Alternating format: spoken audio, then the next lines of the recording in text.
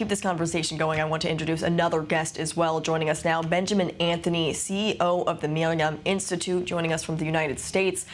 Benjamin, right now we're hearing from the Prime Minister himself, and he says Israel may have had an indirect hand in what's happening in Syria and what happened in Syria. But now the question is, how will this impact Israel? On the one hand, the Iranian regime is clearly weakened, lost their foothold in Syria.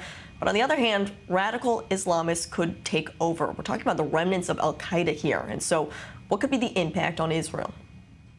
Yeah, so thank you very much for having me. Listen, Zionists, the rebels, certainly are not.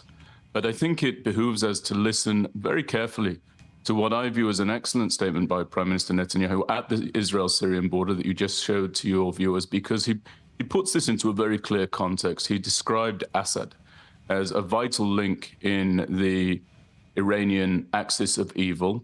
And he actually hearkened back in Ivrit, I don't know if he did so in English, but he hearkened back to invoking Operation Good Neighbor, which was when we saw the Israel Defense Forces establish a field hospital in the midst of the bloody Syrian civil war, where 500,000 Syrians were massacred by Assad, including by way of chemical weapons. We saw Israel establish this field hospital, treat these injured Syrians who came to the border, and then repatriate them secretively very often thereafter inside Syria as and when they wanted to, and Israel was able to. Now, there's a phrase in Judaism that says, that which you sow with tears, you will reap with joy.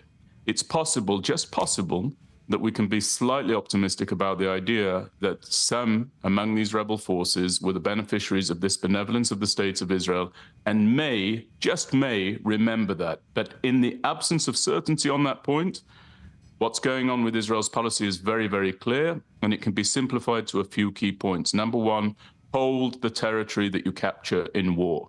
Imagine a situation where we did not hold the topographical advantage of the Golan Heights. In this reality, it would be a horrific nightmare for Israel and our security forces. Number two, keep your enemies off your borders. Keep them well away. That's why we are deploying into the demilitarized zone. And actually, it's not yet confirmed by the IDF, but apparently Israeli forces now hold the uppermost point on Mount Hermon, which gives them a full overlook over much of Syria, where all of this is taking place now. Well, Benjamin, you mentioned pushing your enemies back from the border, and that's not only what we're seeing in Syria right now, but in Lebanon as well. This ceasefire that really did coincide with all the developments inside Syria. And so how will these latest developments impact the already shaky ceasefire that we've seen between Israel and Hezbollah in Lebanon?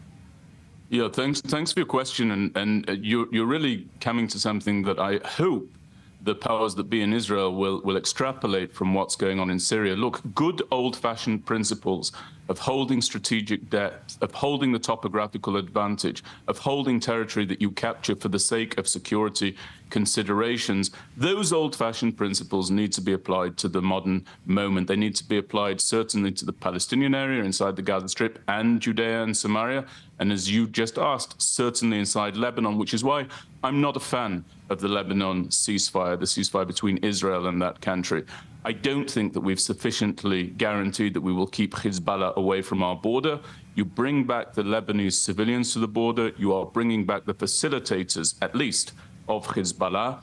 And I think that we can remember from October the 8th, when Hezbollah, of its own volition, joined the fray in 2023, Israelis were talking about the importance of the enforcement of Resolution 1701 and a demilitarized/buffer zone. Neither of those things have been brought about, and in their absence, it's going to be a very tenuous, very shaky ceasefire.